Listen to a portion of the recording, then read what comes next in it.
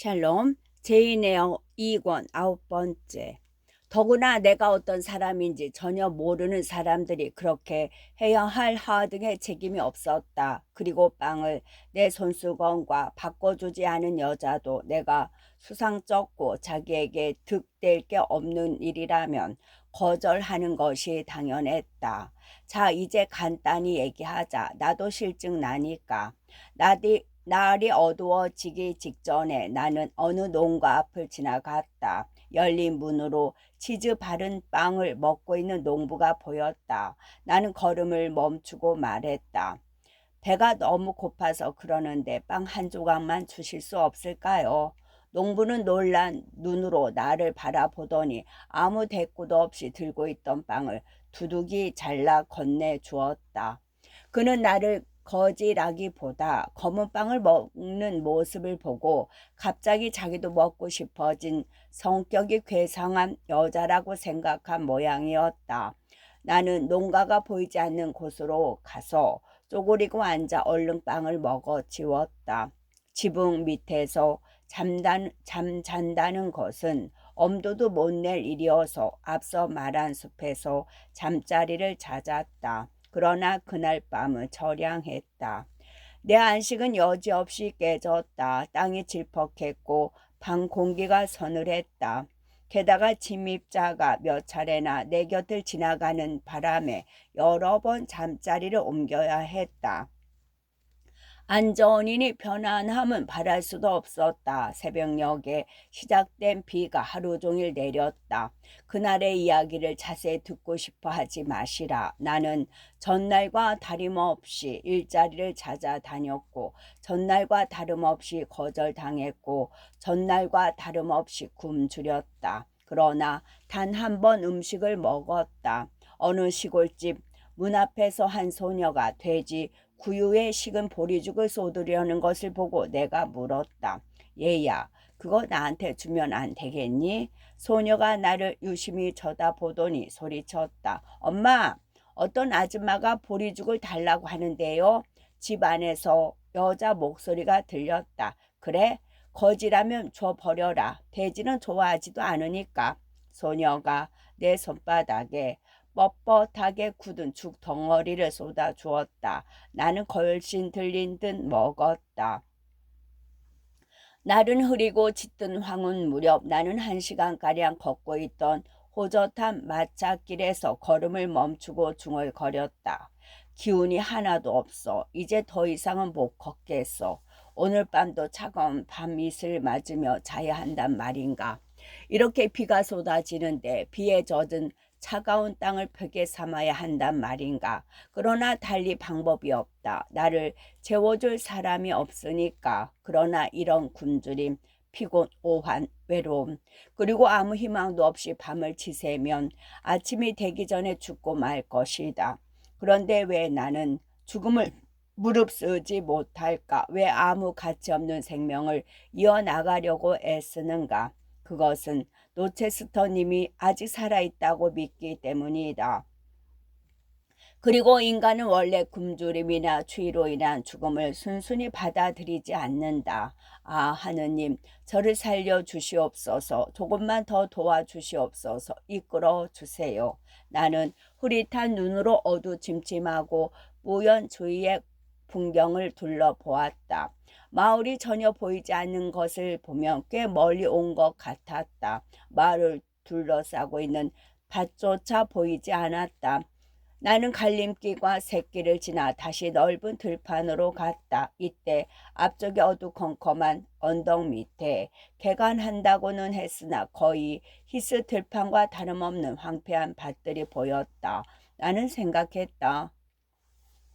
그래, 오솔길이나 사람이 많이 지나다니는 길바닥에서 죽느니 차라리 저기서 죽자. 빈민 구제원의 관 속에 담긴 빈민 묘지에서 썩는 것보다 까마귀나 갈까마귀, 이 마을에 갈까마귀가 있다면 먹이가 되는 편이 훨씬 나아. 나는 언덕 쪽으로 가서 안전하지는 않아도 적어도 몸을 숨기고 누울 수 있는 우묵한 곳을 찾아보았다. 그러나 벌판은 평평했다. 빛깔이 다른 부분은 있었으나 굴곡은 없었다. 골풀과 이끼가 무성하게 덮인 늪지대는 녹색이었고 희스만 무성한 마른 땅은 검은 빛이었다. 날은 점점 어두워졌지만 색깔은 구분할 수 있었다. 해가 완전히 기울자 그것은 빛깔처럼 사라져 명암만 드러낼 뿐이었다. 그러나 나는 여전히 황량한 어둠 속의 수고로 사라진 음침한 언덕과 들판 주위를 살폈다. 그때 저 멀리 늪과 상등성이 사이에서 반짝이는 불빛이 보였다. 처음에는 도깨비불이 아닌가 했다. 곧 사라질 거라고 생각했으나 불빛은 그대로 있었다. 그럼 방금 불을 붙인 모닥불인가? 나는 그 불빛이 커지는지 지켜보았다. 그러나 불빛은 커지거나 작아지지 않았다. 집에 켜놓은 불빛인가? 하지만 저곳까지 가기에는 너무 멀어. 저 불빛이 지척에 있다 한들 무슨 소용인가? 문을 두드린다 해도 쫓겨나고 말겠지. 나는 자리에 주저앉아 땅바닥에 얼굴을 댔다. 한동안 움직이지 않고 그대로 있었다. 상등성이를 넘어온 밤바람이 나를 쓸고 신음소리를 내며 지나갔다. 마구 내리는 비가 살갗을 적시었다. 이 몸이 얼음이 돼버리면 죽어 아무 감각도 없다면 비에 맞아도 아무렇지 않겠지. 나는 그것을 느끼지 못할 테니까. 그러나 아직 살아있는 내 육체는 추위에 부르르 떨었다. 나는 다시 일어났다. 그 불빛은 약간 흐려 보였지만 전과 다름없이 빗줄기 사이로 반짝이고 있었다. 나는 지친 다리를 질질 끌며 불빛을 향해 걷기 시작했다. 빛에 이끌린 나는 넓은 늪지대를 지나 경사진 언덕을 내려갔다. 겨울이었다면 그 늪을 건너가지 못했을 것이다. 이 무더운 한여름에도 늪은 질퍽하고 위험했다. 가다가 나는 2번이나 넘어졌다. 그러나 힘을 내어 다시 일어났다. 그 빛은 나에게 한 줄기 가느다란 희망이었다. 나는 어떻게 해서든 그곳까지 가야만 했다. 늪을 지나자 벌판의 하얀 길이 나타났다. 나는 그 길로 다가갔다. 도로가 아니면 오솔길인 듯했다. 깊은 불빛이 있는 곳까지 똑바로 뻗어 있었다. 비록 어두워서 희미하기는 했지만 전체적인 모습이나 이 모양으로 보아 전나무 같은 숲 사이로 보이는 작은 언덕 같은 곳에서 불빛이 빛났다. 그러나 가까이 다가가자 나의 별은 사라졌다. 나와 불빛 사이에 장애물이 나타났던 것이다. 나는 손을 뻗어 더듬어 봤다. 나지막한 돌담에 길쭉한 돌이었다. 그 위에 말뚝 같은 것이 있었고 안쪽에 높은 가시나무 울타리가 있었다. 나는 손으로 더듬으며 걸어갔다. 그 하얀 것이 내 앞에 나타났다. 쪽문이었다. 그것을 밀자 돌적귀가 움직였다. 양쪽으로 사철나무인지 주목인지 검은 숲이 우거져 있었다.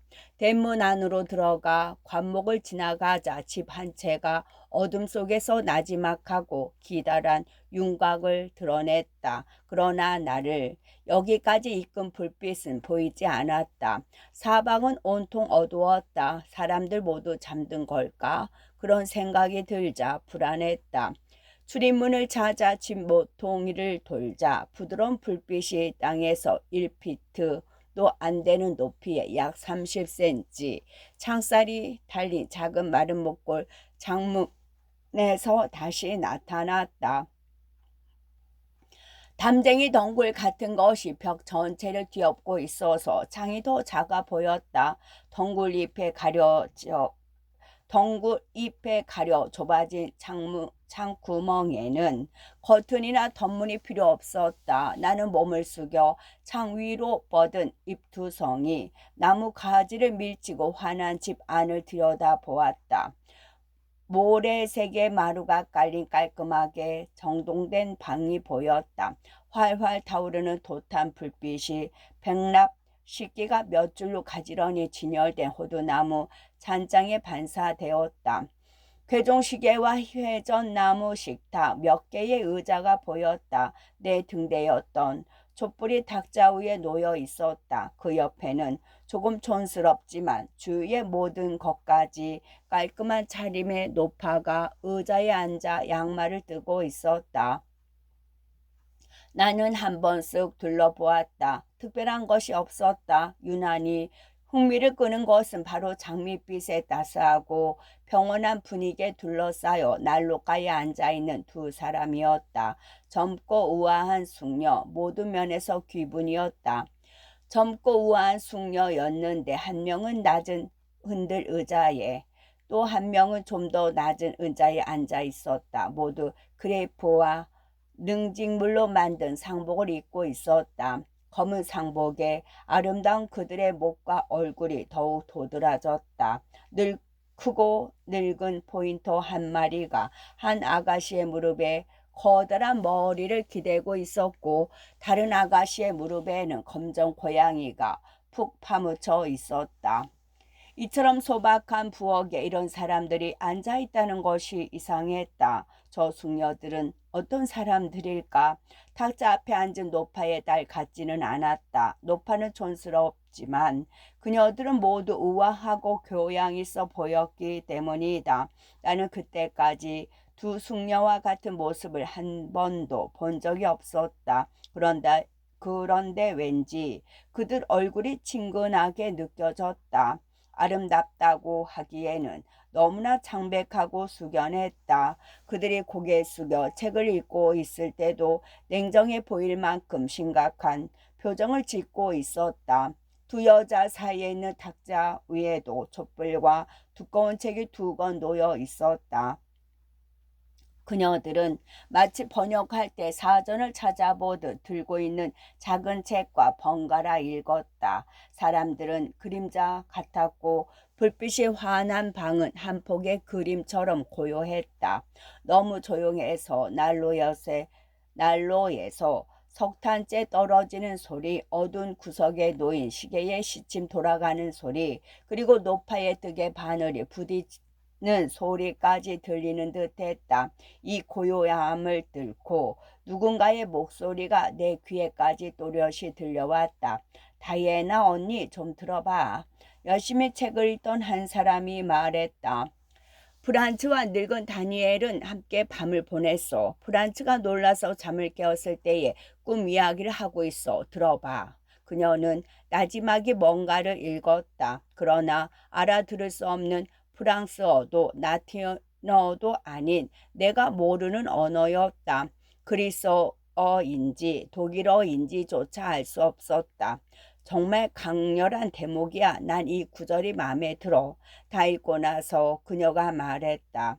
이야기를 듣느라 고개를 들고 있던 다른 숙녀가 난로불을 응시하며 방금 들은 내용의 일부 구절을 암송했다. 훗날 나는 당시 그녀들이 구사했던 언어와 책 이름을 알았다. 그러므로 여기에 그 구절을 인용해 보겠다. 사실 처음 들었을 때는 무슨 말인지 몰라 마치 노새 두들기는 소리처럼 들렸다. 그때 별이 반짝이는 밤하늘을 보려고 한 사람이 걸어 나왔도다. 정말 멋있어.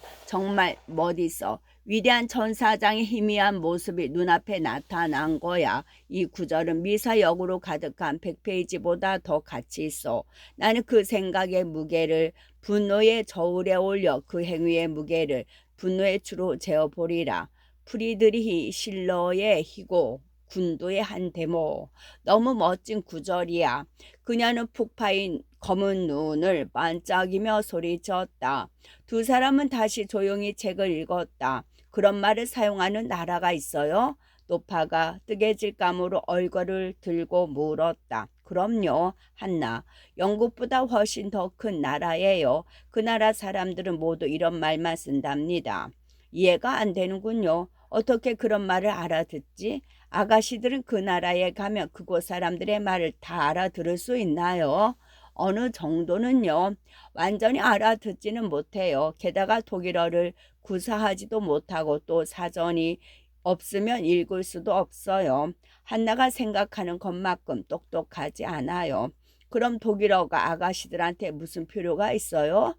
나중에 독일어를 가르치려고요. 초보 수준 정도라도 익히면 지금보다 더 많이 벌 수 있거든요. 그렇군요. 하지만 이제 그만하세요. 오늘 밤에는 공부를 많이 하셨잖아요. 그래요. 좀 피곤하네. 메리, 넌 괜찮아? 나도 피곤해. 정말 가르쳐주는 사람 없이 사전만 가지고 어학 공부를 하기란 참 힘들어. 맞아. 듣기 멋있기는 하지만 어려운 독일어는 더 그렇지. 그런데 오빠는 언제 오지? 10시니까 곧 오겠지. 그녀는 허리띠에서 작은 금시계를 꺼내 보며 말했다. 비가 많이 오네 한나. 괜찮겠지만 거실 난로불 좀 봐줄래요? 노파가 일어나 문을 열자 어두운 복도가 보였다. 곧 노파가 안쪽 방에서 난로불을 해짓는 소리가 들렸고 잠시 후 그녀가 돌아왔다. 아가씨들 정말 이런 날은 저 방에 가기 싫네요. 한 구석에 치워놓은 빈 의자가 너무 쓸쓸해 보여요. 노파가 앞치마로 눈물을 훔쳤다. 숙녀들의 숙연한 표정이 이내 슬픈 표정으로 바뀌었다. 하지만 주인님께서는 여기까지 더 좋은 곳에 계시니까 돌아오셨으면 좋겠다는 생각은 하지 말아요. 게다가 그처럼 평안하게 임종하신 분은 아마 없을 거예요. 한나가 말했다. 아버지께서는 우리 얘기를 한마디도 안 하셨나요? 한숙녀가 물었다. 갑자기 운명하셔서 그럴 겨를이 없었어요.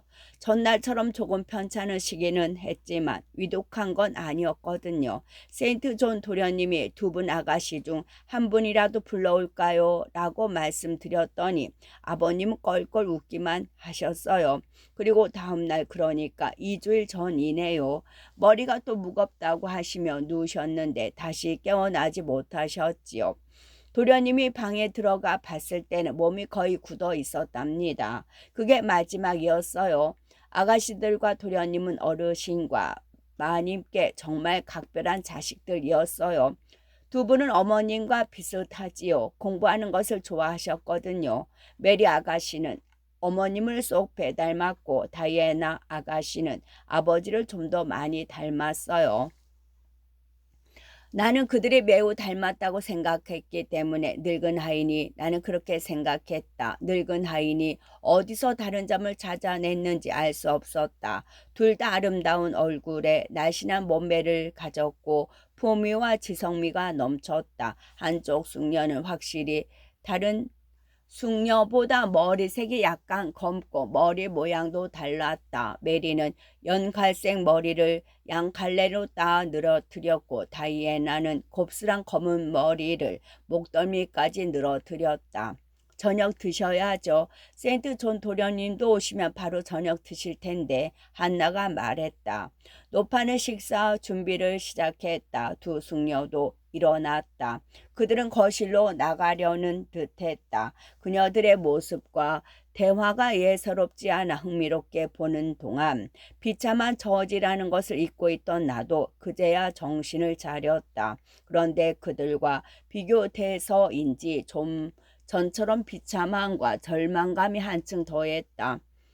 그리고 이 집안 사람들에게 내 사정과 지금 내가 얼마나 배가 고프고 힘든지 이야기하고 하룻밤 잠자리를 얻기는 불가능할 것 같았다. 나는 손을 더듬어 문을 찾아 잠시 머뭇거리다 두드렸을 때만 해도 나를 재워줄 것이라는 생각 자체가 망상이라고 여겼다. 노파가 문을 열었다. 무슨 일이죠? 노파가 손에 든 촛불로 나를 훑어보면서 놀란 목소리로 물었다. 숙녀분들께 드릴 말씀이 있습니다만. 내가 말했다. 나한테 말씀해 보시구려. 어디서 온 사람이요? 먼 지방에서 왔는데요. 이 시간에 무슨 일이에요? 헛간이라도 좋으니 오늘 밤 좀 재워주시겠어요? 그리고 배가 너무 고파서 그러니 빵을 조금만 주셨으면 합니다. 분명 내가 두려워하던 의심스러운 빛이 노파의 얼굴에 떠올랐다. 빵은 주겠지만 누구인지 쥐도 모르는 사람을 집에 들일 수는 없어요. 그건 절대 안 될 일이지. 숙녀분들께 직접 말씀드리게 해주세요. 그건 안 돼요. 아가씨들도 해줄 것이 없어요. 이런 시간에 돌아다니면 안 돼요. 사람들이 수상하게 여길 거예요. 할머니께서 저를 내쫓으면 저는 어디로 가야 하죠? 정말 어떻게 해야 하죠? 어디로 가서 뭘 하든 그건 당신이 알아서 할 일이지. 나쁜 짓 하면 안 된다는 것만 명심해요. 자, 1페니 갖고 돌아가요.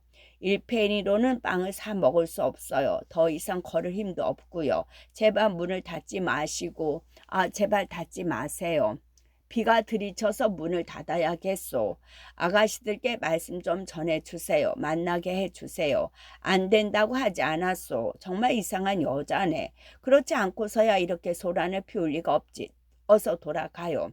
여기서 쫓겨나면 저는 죽을 거예요. 말도 안 돼.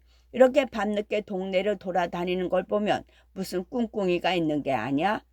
강도든 뭐든 그런 놈들이 이 근처에 함께 있다면 가서 말해요. 이 집에는 여자들만 사는 게 아니라 남자도 있고 개도 있고 종도 있다고 말이오. 중직하지만 완고한 노파는 문을 닫고 들어가 빗장을 질렀다.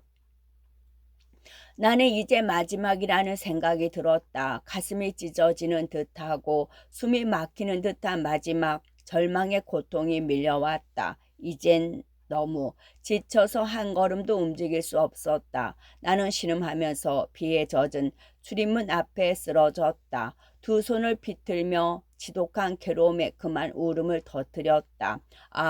눈앞에 다가오는 죽음의 환영, 무섭게 다가오는 마지막 순간. 이 외로움, 사람에게 내쫓기다니 이 순간 희망의 닻이 끊어지고 인내의 발판마저 무너졌다. 그러나 나는 마지막으로 힘을 내려고 애썼다. 이제 죽음만이 있을 뿐이다. 나는 하느님을 믿어 조용히 하느님의 뜻에 따르자. 나는 이 말을 입 밖으로 내어 말했다. 그리고 온갖 슬픈 생각을 가슴속에 묻어두고 그것들이 조용히 갇혀 있도록 썼다. 그때 바로 옆에서 한 목소리가 말했다. 인간은 누구나 다 죽습니다. 당신이 여기서 굶어 죽는다면 그것은 당신의 운명이지. 그러나 모든 사람이 당신처럼 방황하다가 천명을 단축하지는 않소. 그렇게 말씀하시는 분은 누구신가요? 나는 뜻밖의 사람 목소리가 들려 깜짝 놀랐다. 더 이상 어떤 구원도 받을 수 없다고 절망하던 나는 이 뜻밖의 소리에 겁먹은 얼굴로 물었다. 바로 옆에 사람의 형상이 서 있었다. 지륵같이 어둡고 눈앞이 흐릿해서 어떤 모습인지 알아보지 못했다. 새로 나타난 사람이 요란하게 문을 두드렸다. 세인트 존 도련님? 로파의 목소리였다. 그렇소, 빨리 문 열어요. 아유, 이렇게 비 오는 날 밤에 얼마나 추우세요. 참 고약한 날이네요. 얼른 들어오세요. 아가씨들께서도 몹시 걱정하고 계신답니다. 이 주변에 이상한 사람들이 돌아다니나 봐요. 글쎄 아까는 어떤 여자 거지가 와서 어머나 아직 여기 있네. 저기 누워있네요. 일어나. 세상에 엄치도 없지. 어서 가라니까. 한나 그만해요. 저 여자한테 할 말이 있어. 저 여자를 한번 내쫓은 것으로 한나의 임무를 다한 거요. 이번에는 내가 저 여자를 집에 들여놓을 임무를 다하겠소. 난 아까부터 여기서 한나가 저 여자와 나눈 대화를 다 들었소. 무슨 사정이 있는 것 같으니 일단 들어봐야겠소. 아가씨요, 일어나서 안으로 들어갑시다. 나는 겨우 몸을 일으켜 안으로 들어갔다. 마침내 나는 깨끗하고 밝은 부엌 난로 앞에 섰다. 비바람을 맞아 몹시 궁상맞을 내 모습을 생각하며 벌벌 떨고 있었다. 두 아가씨와 그들의 오빠인 세인트 존과 노파가 나를 바라보았다. 오빠, 이 사람은 누구예요? 한 사람이 물었다. 모르겠어. 문 앞에 있더군. 얼굴에 핏기가 하나도 없어요. 한나가 말했다. 점토나 송장처럼 창백하네. 금방이라도 쓰러질 것 같아. 일단 앉혀야겠어. 누군가 대꾸했다. 정말 나는 머리가 빙 돌아 쓰러질 것 같았다. 그러나 다행히 누군가가 의자를 받쳐주었다. 나는 이때 말은 나오지 않았지만 정신을 잃지는 않았다. 물을 마시면 조금 나을 거야. 한나, 물 좀 가져와요. 뼈밖에 안 남은 것 같아. 어쩜 이리도 삐쩍 마르고 핏기 하나 없지. 마치 유령 같아요. 아파서 그런 걸까? 아니면 굶어서 그런 걸까? 굶어서 그렇겠지, 한나. 그거 우유지. 이리 줘요. 그리고 빵도 좀 가져와요. 다이애나는 그녀가 내 쪽으로 몸을 숙였을 때 날로 앞으로 늘어진 긴 곱슬머리를 보고 다이애나라는 걸 알았다. 다이애나는 빵 조각을 우유에 적셔 내 입에 조금 넣었다. 내 얼굴 바로 앞에 그녀의 얼굴이 있었다. 나는 그녀의 얼굴과 가쁜 숨소리에서 연민의 정을 느꼈다. 그녀의 목소리에도 마치 진통제같이 따뜻하고 부드러운 감정이 배어 있었다. 좀 먹어요. 그래요, 좀 먹어요. 메리도 다정하게 말했다. 그녀는 흠뻑 젖은 내 모자를 벗기고 머리를 받쳐 주었다. 나는 그들이 주는 걸 먹었다. 처음에는 먹을 힘조차 없었지만 골캐걸스레 먹었다. 전부터 빈속에 너무 많이 먹으면 안 돼. 이제 그만 줘. 조금 이따 먹여. 세인트 존은 이렇게 말하며 우유잔과 빵 접시를 지웠다. 조금만 더 줘요. 더 먹고 싶어 하잖아요. 지금은 안 돼. 이제 말할 수 있는지 물어봐. 이름을 물어보라고. 나는 말할 수 있을 것 같았다. 제 이름은 제인 엘리엇입니다. 나는 본명을 알리기가 두려워 진작부터 가명을 쓸 생각을 했다. 그래, 어디 사나요? 친지나 지인들은 있나요? 나는 아무 소리도 하지 않았다. 나는 아무 대답도 하지 않았다. 당신을 아는 분이 계시면 부리러 보낼까요? 나는 고개를 저었다.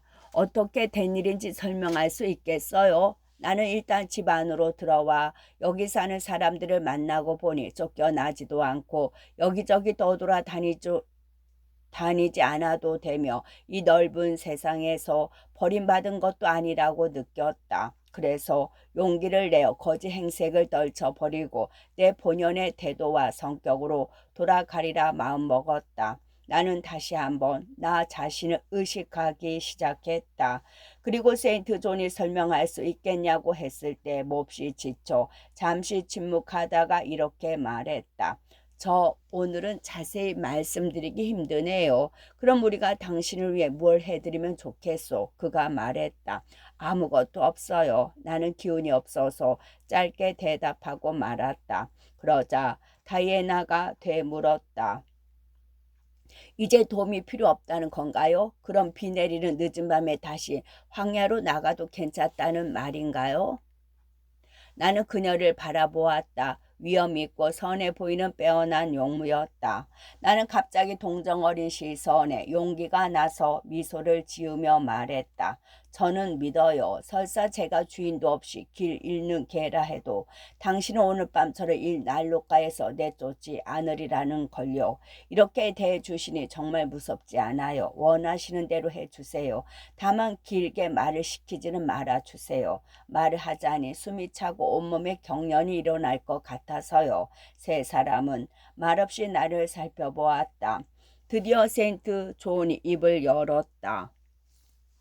한나, 이분이 계속 여기 있게 줘요. 아무것도 묻지 말고 그리고 10분 뒤에 아까 먹다 남은 우유와 빵을 줘요. 메리, 다이애나, 우리는 거실에 가서 얘기 좀 하자. 세 사람이 같이 나갔다.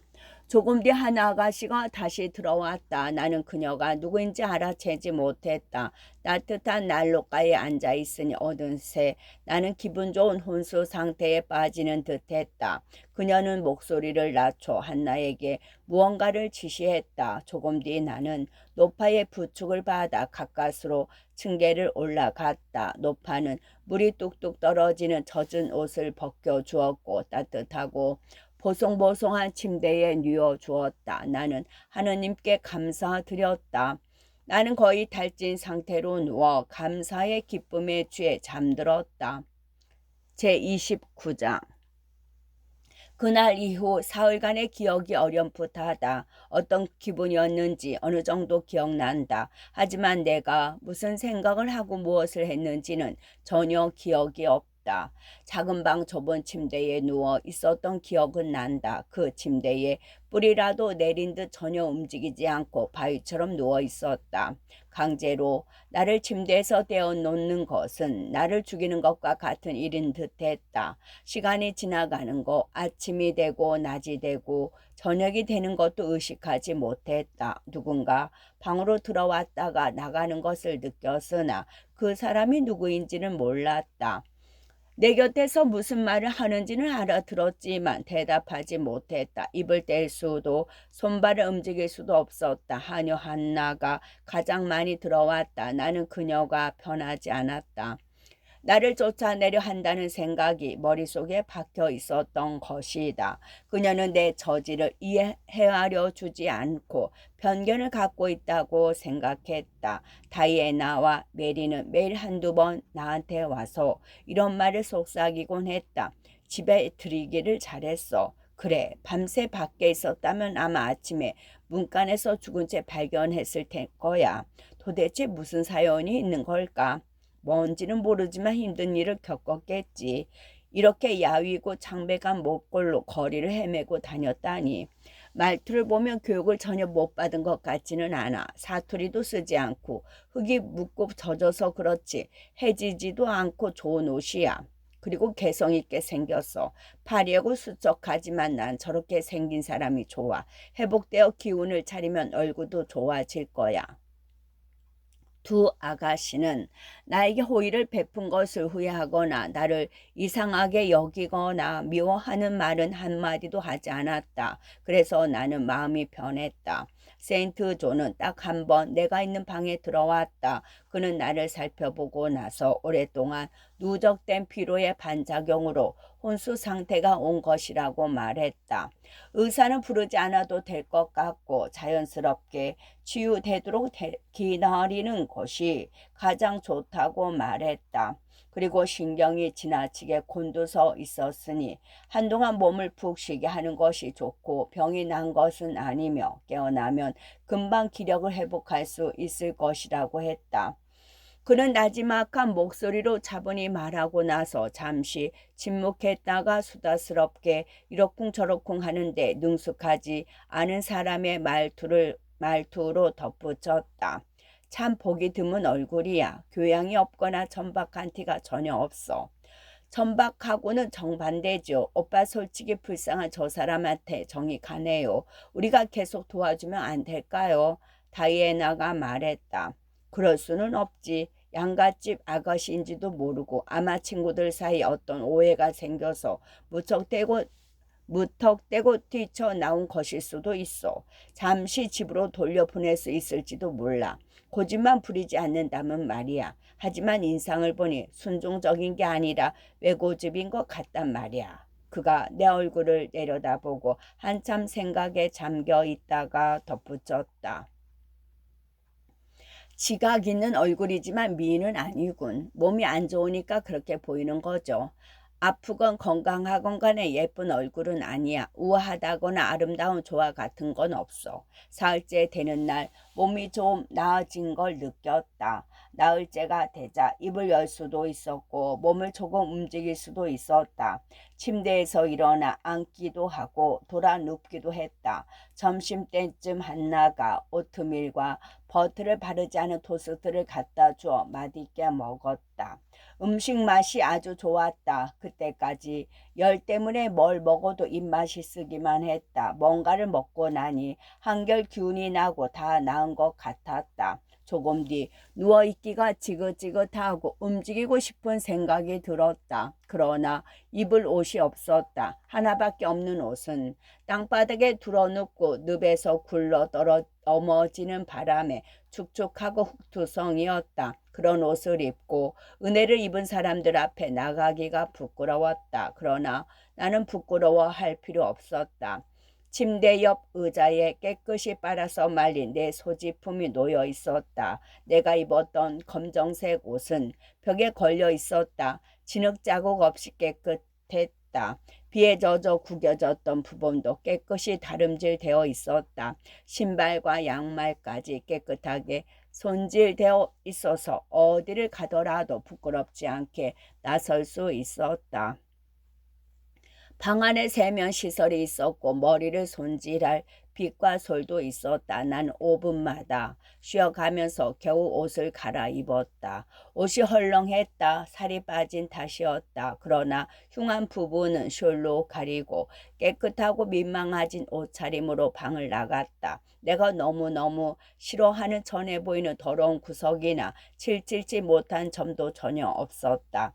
나는 난간을 잡고 복도를 지나 기다시피 층계를 내려가 부엌으로 갔다.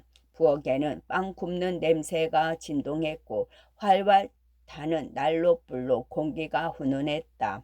한나가 빵을 굽고 있었다. 익히 알려진 사실이지만 편견이라는 것은 교육으로 고르게 일구거나 영양분을 주지 않은 마음밭에서는 뿌리 뽑기가 어렵다. 그것은 바위 틈에 자라는 잡초와 같은 것이다. 한나는 처음에는 정말 쌀쌀맞고 묵뚝뚝하게 나를 대했지만 지금은 조금 부드러워졌다. 내가 단정한 차림으로 나타나자 미소까지 지어 보였다.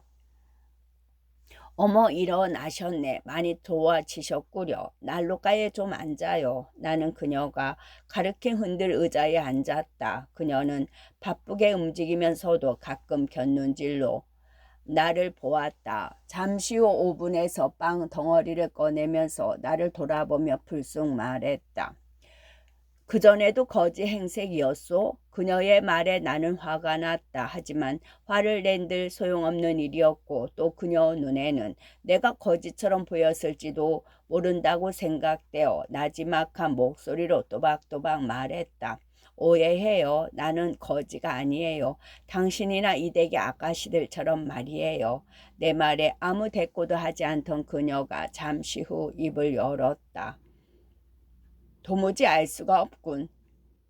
집도 없고 돈도 없는 것 같은데 집 없고 돈 없다고 다 거지는 아니죠. 공부는 했소. 배울 만큼 배웠어요.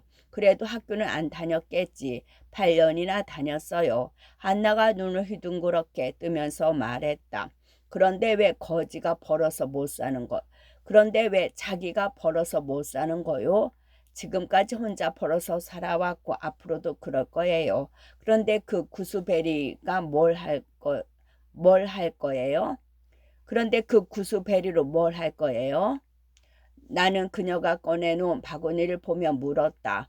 파이를 만들 거예요. 이리 주세요. 제가 다듬어 드릴게요. 아니에요. 그런 걸 시킬 생각은 없어요. 주세요. 뭐든 해야겠어요. 그럼 옷 더러워질 수 있으니 이걸 깔아요. 그녀는 내 무릎을 덮은 깨끗한 수건을 주었다. 부엌 일을 많이 해본 손은 아닌데 혹시 재봉사였소? 노파가 물었다. 아니에요. 부탁인데 제가 어떤 일을 했는지는 묻지 말아주세요. 더 이상 저한테 관심 두지 말았으면 해요. 그런데 이 집 이름은 뭔가요? 마시엔드라고도 부르고 무어하우스라고도 해요. 그리고 이 댁 신사부는 세인트 존 씨 맞죠? 그분은 이 집에 계속 사시는 건 아니라고 잠시 다니러 오신 거예요. 원래 도련님 교구인 모턴에 계시죠. 2, 3마일 떨어진 마을 말이죠. 네, 뭐 하시는 분인데요? 목사님이시지요. 여기 오기 전 목사관에 가서 목사님을 만나게 해달라고 했을 때 늙은 가정부가 했던 말이 떠올랐다. 그럼 여기는 그분 아버님 댁인가요? 네, 아버님이신 리버스 씨께서 사셨지요. 그분의 아버님과 할아버지 또 증조 할아버지께서도 여기 사셨고요. 그럼 그분의 이름은 세인트 존 리버스 씨인가요? 그래요. 세인트 존은 세례명 같은 거예요. 그분의 누이 동생은 다이애나와 메리 리버스 양이고요. 그래요. 아버님이 돌아가셨나요? 3주일 전에 뇌일열로 돌아가셨어요. 어머님은 안 계시나 봐요. 마님께서는 오래전에 돌아가셨어요. 이 댁에서 오래 사셨어요. 30년이나 살았죠. 저 세 분 모두 내가 키웠어요. 그 점 하나만으로도 끝.